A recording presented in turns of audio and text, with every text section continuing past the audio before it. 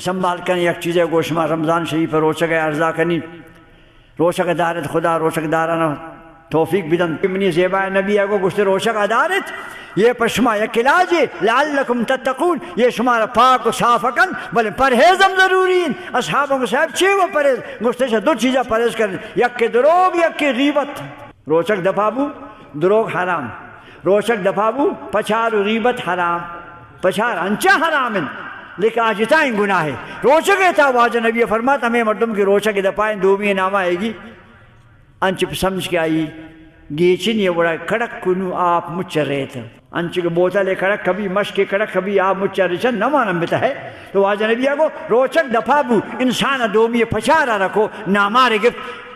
inch پہ سمجھ کے آئیے ماں مشک کڑک بو اما روچک آپ مچ رہے تھے پر خاطرہ یہ دو چیزیں سنبھال کھنگی دوستان واجہ نبی کو ملم یدع